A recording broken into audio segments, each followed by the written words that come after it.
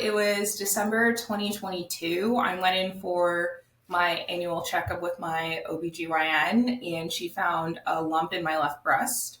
And that kind of started everything.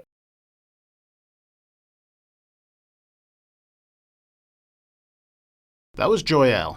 As you heard, she was diagnosed with cancer, and as she said, that's when everything started. And by everything, she meant the initial shock, the doctor's visits, the cancer treatment, but she also meant fertility preservation. Because over time, we humans have gotten really good at treating cancer. So good that a cancer diagnosis, in many cases, doesn't have to be an end. It can just be the start. And so, as people fight cancer, they need to do so with an eye on the future. Today, Joyelle is going to share her story with us. We're going to learn how she's managed her cancer treatment, and we're going to hear how she utilized embryo freezing to preserve her future fertility. I'm Dan Bolger with Progyny, and this is Infertility. Hi, everyone. Welcome back to another episode of This is Infertility, where we share people's personal experiences with fertility and family building. Before we dive in, I just want to take a second to remind you that we have some resources available for anyone who might want to bring fertility and family building benefits to their employer. Those resources can be found at progyny.com/talk-to-HR. Most employers that offer these benefits do so because an employee asked for it. So take advantage of our resources and help bring this life-changing benefit to your employer. Let's jump right back in with Joyelle where we left her at the open. I had to go get a lot of mammograms, a lot of ultrasounds, a lot of biopsies, and it came back with I had stage 2 triple positive breast cancer.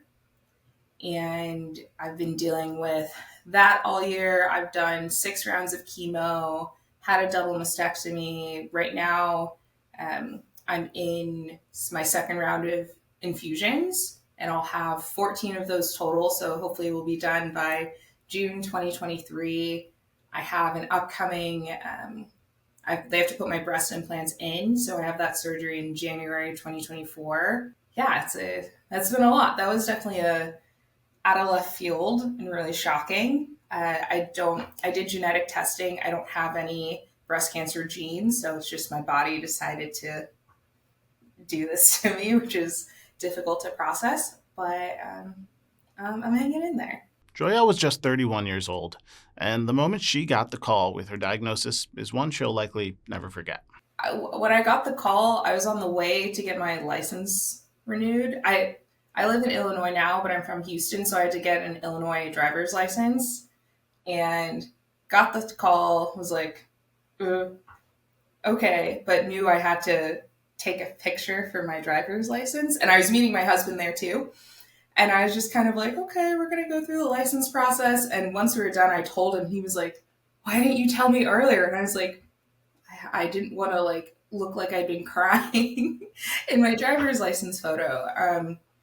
So needless to say, I think at first I was kind of numb and had a little okay, whatever. And then once reality hit in, there's a lot of crying. There's kind of I don't know if I can curse on this, but it was like an oh shit moment. And it was really hard telling my parents about it. And then I had them kind of tell the news to the rest of my family because I was like, I can't tell everyone all the time. I have a pretty large family. So I was like, I don't want to tell everyone if I don't have to. And then when I kind of got over the initial shock and grief, I was like, okay, what are we doing? What are the next steps?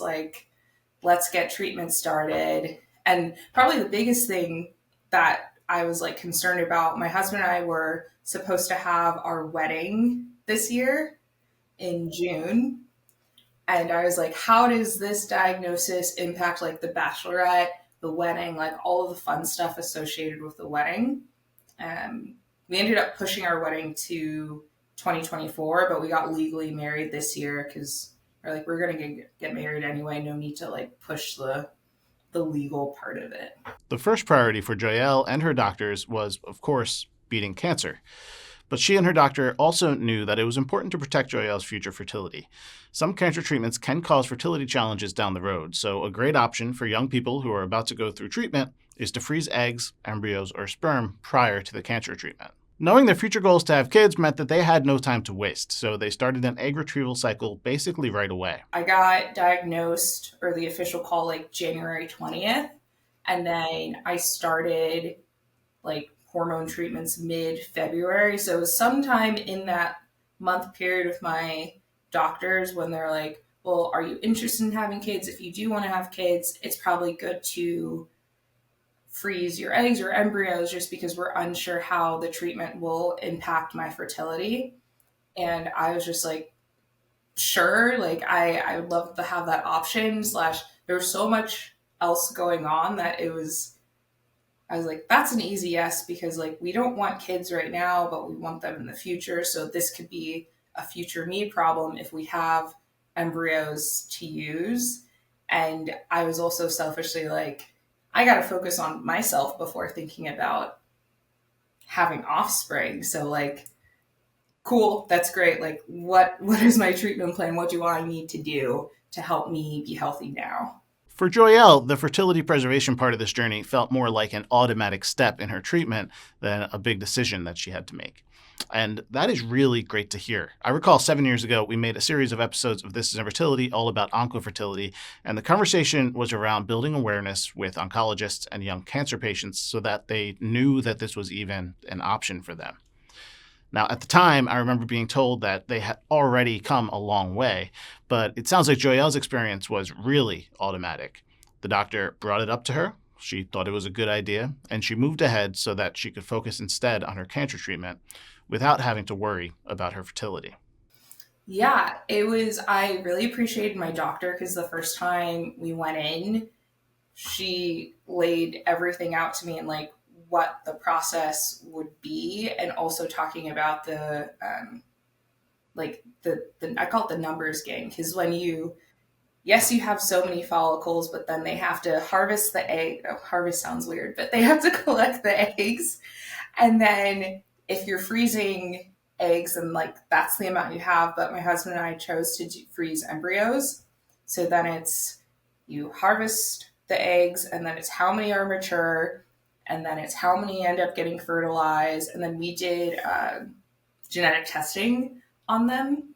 And so then we only ended up with 3 embryos, but they collected 19 eggs. So it was nice to know just the percentage drops at each stage, because I think I would have been, it was just nice to have kind of be realistic. But it also made me nervous because this was really my one shot at doing this. So I was like, hopefully the odds are good in our favor that we end up with some embryos and not none. Egg freezing is a process that takes a few weeks. And while a few weeks is not something that most of us think too much about, for someone who was just diagnosed with cancer, a 3 to 4 week delay in cancer treatment might be a bit scary.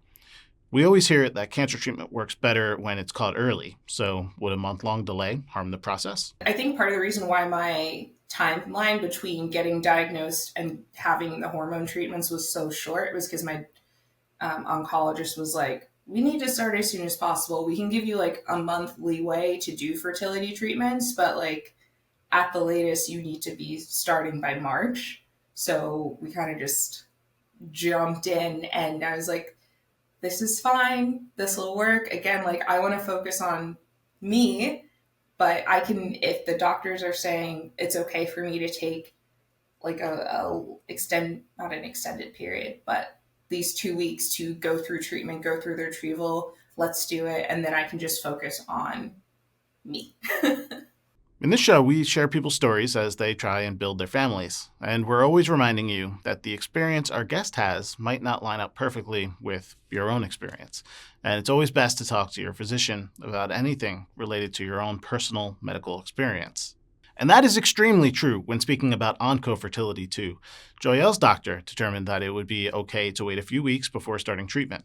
But other doctors for other patients might not see that time as a good idea. So if you or someone you know is in this position, please keep that in mind. The oncologists who help us out there are amazing at what they do, and we really need to listen to their guidance. So she was clear for fertility preservation, but she was on a very tight timeline. Anyone out there who needs IVF can probably tell you that it can take some time to get into a clinic and get the treatment started. But fortunately, most fertility clinics are prepared to assist patients quickly when they're there for onco-fertility purposes. Joyelle also had access to the Progyny benefit through her employer, Genentech, which helped a lot. I used the patient care advocate to find someone that was available in Chicago in like a week to meet them, and found my fertility doctor that way. And then started kicking off the process when I was getting hormones and everything, and would call them a lot just with questions and to make sure I had all of the injections that I needed. Because with the shipping times and weekends, I was like, sometimes on Thursday, Friday, I'd be like, I think I might need this, but the doctor hasn't said when I'm getting my trigger shot, but like, can I get more of, and of course I'm going to forget the name of the meds I was on, but can I just get more to hold me over to the weekend, and then I'll see the doctor Monday, and then we'll know a better sense of when my retrieval will be. In order to freeze eggs or embryos, patients have to go through the first half of IVF, where they take injectable medications at home to increase the number of eggs that will be available during the retrieval. Yeah, I was definitely scared because I've never had to inject myself before. So I was like, knowing I had 2 injections per day for 2 weeks, I was kind of like, I'm not looking forward to this. And I did have my husband help me out with the first few days, but then he went out of town, and I was like, okay, Joyelle, you have to do it yourself. And when I started doing myself, I realized it wasn't that bad. Um, I think I was just kind of psyching myself out for it. But I would say the 2 weeks that I was on hormones was just very intense because I was at the doctor basically every other day getting blood work done, and it's just the time it takes to like go to the doctor, park your car, get the blood work and leave. It was like, okay, like I would love to not be doing this every other day, but I'm glad it was just for like a 2 week period. And it was kind of cool to see on the ultrasounds, like my ovaries, because I'd never really seen them before, and having the tech point out like, okay, well these are follicles, and like these are growing, these aren't. So it was kind of fun for that like science-y viewpoint. And then the retrieval itself like went pretty smoothly. I've only had one experience with it, but again, no complaints. I think it was just hard on the car ride home because I was just sore and roads are bumpy. So it's just like that was a little bit of discomfort, but it was a fast, intense 2 weeks, but I'm glad it was only 2 weeks. Joyelle and her husband decided to go ahead and fertilize the eggs from the retrieval. And as you heard, they ended up with 3 chromosomally normal embryos. Yeah, it feels great. Like I'm not concerned about having kids with my husband in the future, which is great because I have enough things to worry about at this time. So just knowing that's like we have it, we can try naturally if we want to, but if we don't, we can just use the embryos, and it'll be not easy, but it seems more straightforward. And again, it's just one less thing to be worried about. That peace of mind is a big reason why oncofertility is so important. As she said, she has enough to worry about, so not having to worry about having kids in the future is a great relief. But it's important to note that not all cancer treatment will cause infertility. There's still a chance that Joyelle and her husband could have a baby via intercourse down the line. My oncologist said I might still be fertile, and we're taking efforts to maintain my fertility. I'm on Lupron, which is an injection to help shut down your ovaries so it kind of goes dormant and helps protect them from all the infusions and everything that you're getting. So I still might be fertile in the future, but I may not. And if I'm not, we have our embryos. Cancer is scary. It's a scary word, I think, for all of us. And for anyone who's received a diagnosis, it's literally life-changing. Fortunately, Joyelle didn't have to go through it alone. I have a few support groups that I've used. The first one is Imerman's Angles. I have like a buddy, and she's also a young Black woman who had breast cancer. So we'll just like text, and I text her a lot with any questions I have, and that's been great. Then there's also the Breasties app, which just has different channels. And I believe the Breasties is for breast and gynecological cancer. And that's been nice just to read people's posts and also um, just ask questions. It was also helpful before my double mastectomy to see what are things that were helpful for people and what were things that they thought they needed and end up not needing. And then there's also Touch, which is the Black Breast Cancer Alliance. And it's been helpful. They have newsletters that they send out, and they do events with different doctors and whatnot to just talk about breast cancer for Black women. And I found those 3 groups have been really helpful just to connect with other women who have been where I am or are actively going through it. And then I really relied on my friends, my husband, my family. And it was also great because through those connections to Touch and Breasties and Imerman's Angels, I found more resources that help from a financial perspective. So I did cold capping during chemo, and cold capping can be a couple grand. And I was able to get that covered through a group called Hair and Hope in Chicago. So they covered my cold capping, which was great because I was definitely concerned with losing my hair, and I didn't, which is really nice. Cold capping is a treatment that can help prevent hair loss during chemo by cooling the scalp.